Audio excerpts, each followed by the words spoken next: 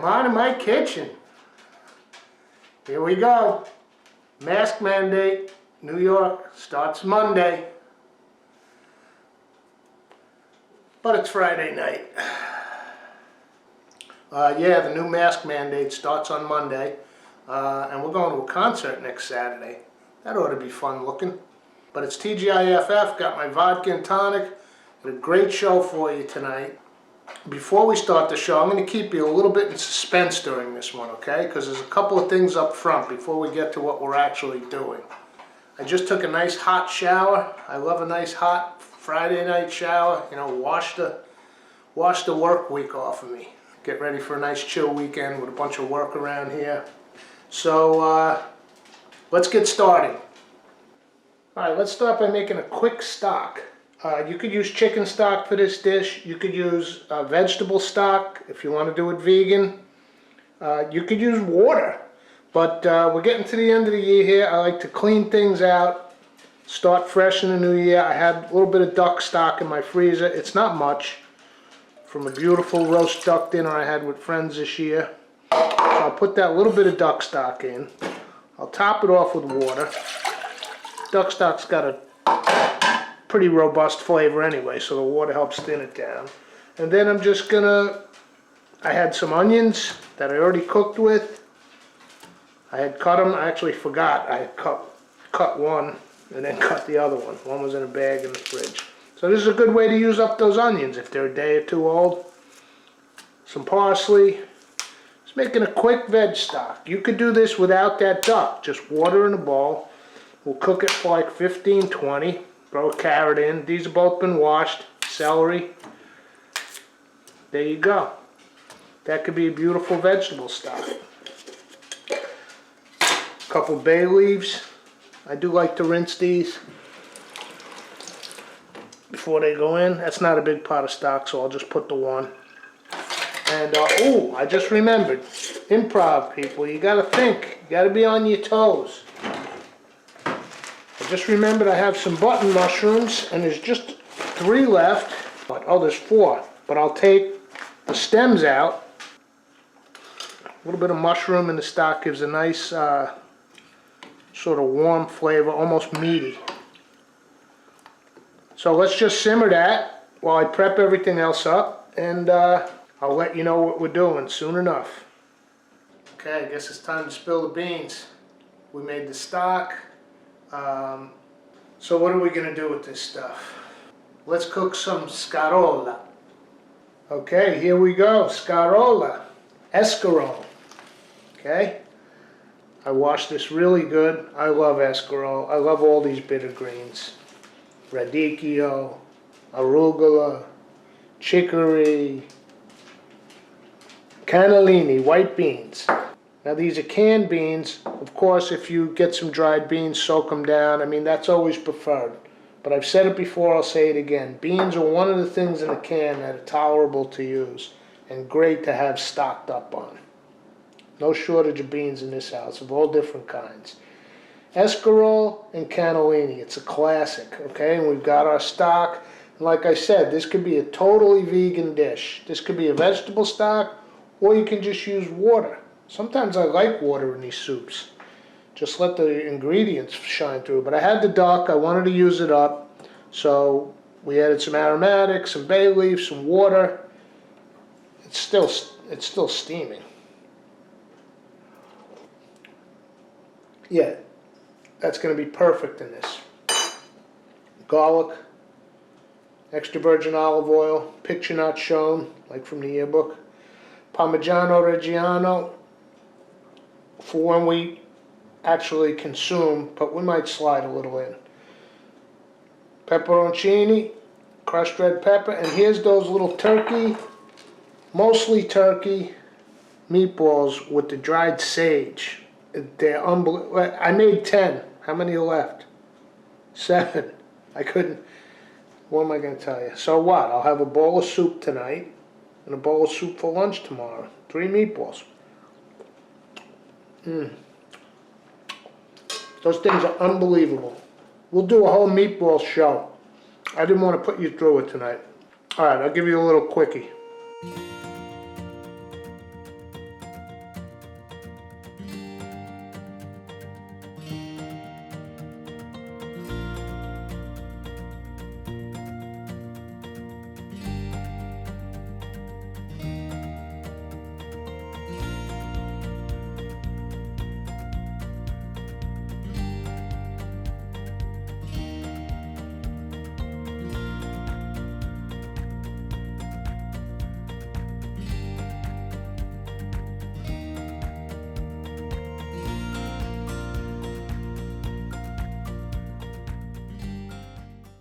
Okay, I just got my flame on.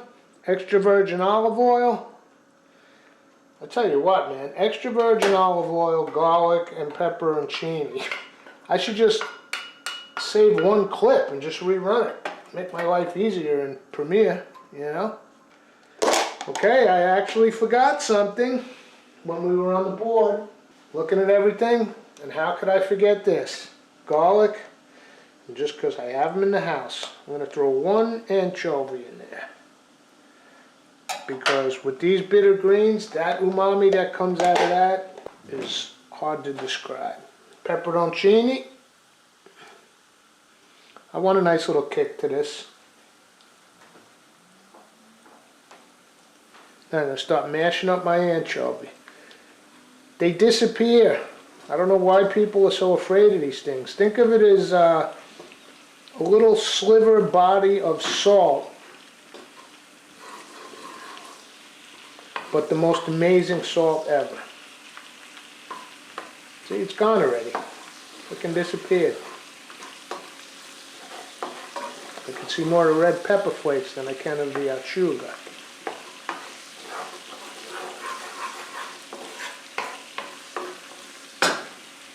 Ah, that aroma. Garlic, anchovy, red pepper, and extra virgin olive oil. Hard to beat.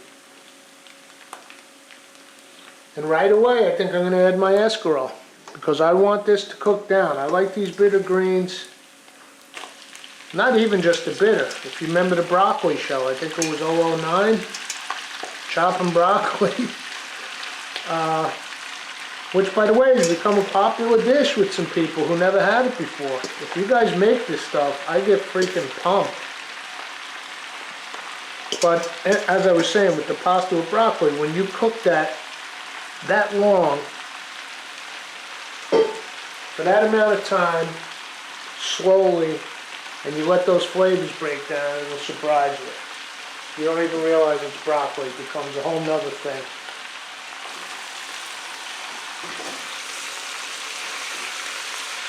Turn my escarole.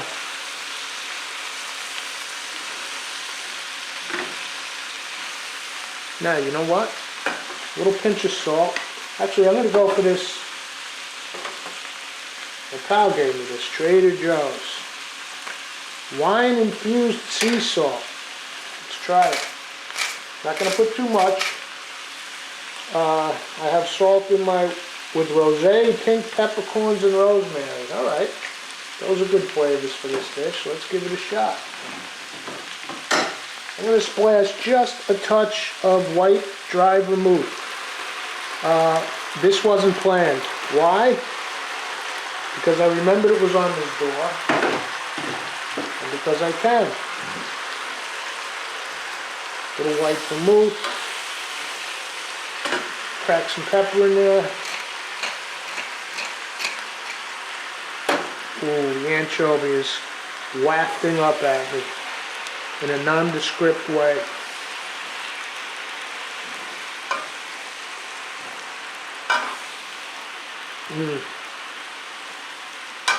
See these things wilting down now?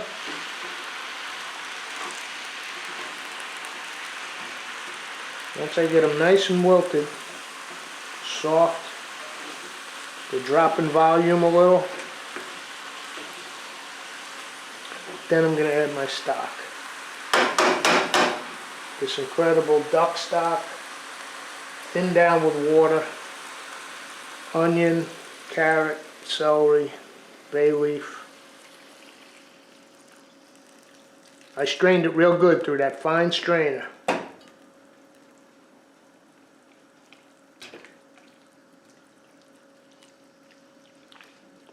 So there you go. I want this soupy.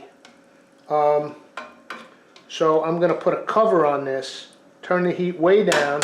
I don't want to lose too much of that liquid. You can top it off with water, but I'm just going to let this go and put a cover on it.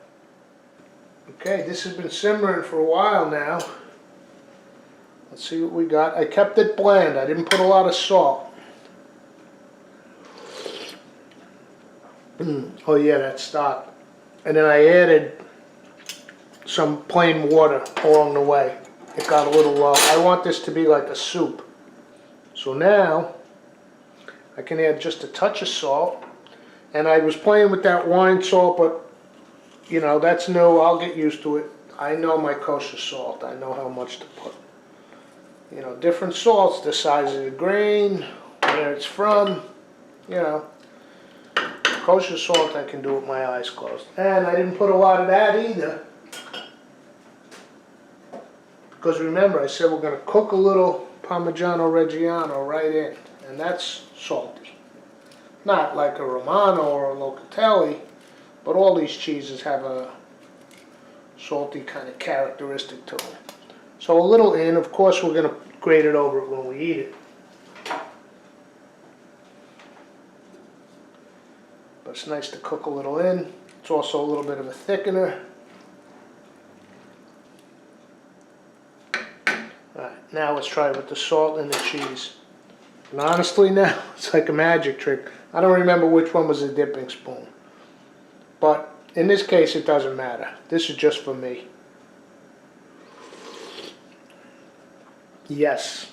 Yes. A couple more grains of salt. The cheese is amazing. A couple grains of salt. We'll do that at the end again because we still want to put our beans and our meatballs in. But before I do that, I'm just going to let a little more of that water. I put a little more than I should have, but no worries. You cook it out, the flavors condense. This is looking and tasting good. It's got nice salt now. I simmered out a bunch of the water, so it's at that soupy level that I like. It's got broth, but the escarole is nice and thick. And now I'm going to add in my cannellini beans. A little turkey and a little bit of ground beef meatballs with the sage. I can't believe it. I still have 6. I made 10. I can't believe these are still here. The goal is to have a nice bowl with 3 meatballs tonight. And then the same for lunch tomorrow. Let's see if that actually happens. These meatballs are like, you can't stop. I'm telling you. But we'll do a whole show on meatballs. Alright, that's why I didn't want to walk you through it tonight. We'll do spaghetti and meatballs in early 2022. A great Italian-American dish. You go to Italy, spaghetti and meatballs, are like, what are you talking about? Okay, meatballs are in, cannellini's in. Just throw in a little chopped parsley. And we're just going to let this finish off. The meatballs are cooked all the way through. The beans, like I said, are from a can. They were rinsed, so they just need a warm through. So we're just about there. Alright, that soup's been on for about 20 minutes. Let's give a look at it, see how it's doing. I'm going to bowl some of this up. Get a bunch of that escarole. Some beans in there. That nice broth. I'm going to get 1. I'll go with 2. Maybe I'll get 3 batches with meatballs. But like I said, the meatballs are not endemic to this dish. I added them. It could just be escarole with cannellini beans, and it can be completely vegan. That's what's so great about this dish. And this is one of those dishes, I'm not even going to sit down in a dining room or a living room. I just stand right there at that board and eat them. So let's go on over. Here's how I'm going to finish this. A little more parsley, fresh on top. You get those nice green against green. A few pepperoncini flakes. A little extra virgin olive oil.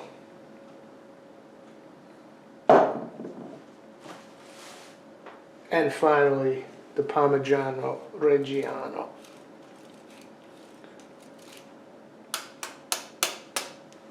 And then what I like to do at the very end, this is my own concoction, is just take a little piece of lemon and just drizzle a few drops. You almost don't want to taste it. You just kind of want to notice it. And then to finish it off, I have these beautiful grissini. They were in my freezer. This was my first shot at grissini. They're a little misshapen, but they're great. So we'll put 2 of those on. I used these, by the way, in the meatballs. I crushed them up in the mortar and pestle. I think that was in that little vignette. All right, I'm digging in. So here we go with the escarole, white beans, little sage meatballs. I'm just going to go for the broth. It's got a little melted cheese in it. A few grains of escarole and parsley get in there. Ooh, the parsley, the fresh parsley is a nice kick. All right, now I got a big honking ball of escarole with Parmesan cheese.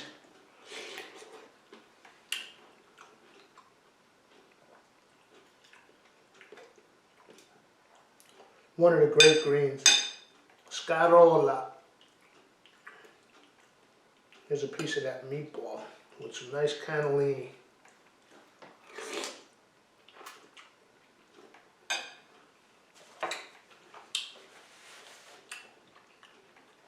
This is a Friday night supper.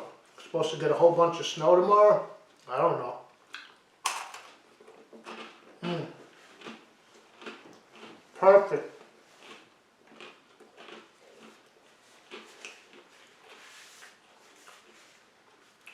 Ideally, you would have a big crusty loaf of bread, maybe with some butter or olive oil, but hey, what's crusty in these? This is screaming for some vino. And yes, I did it. I went there. Oh, yep. I did it. I went for the straw. Originally it was the Ruffino. Remember? This is El Pici Chianti. The Ruffino, they gave up on the straw. So the lady asked me in the store when I bought it, are you going to put a candle in there? Not till the wine's gone.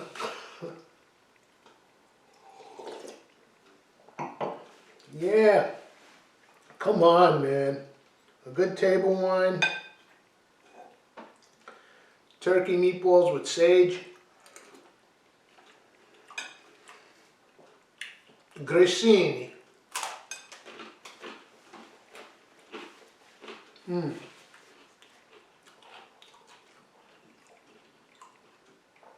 Thanks for coming in my kitchen. Saluti. We'll see you for the next episode.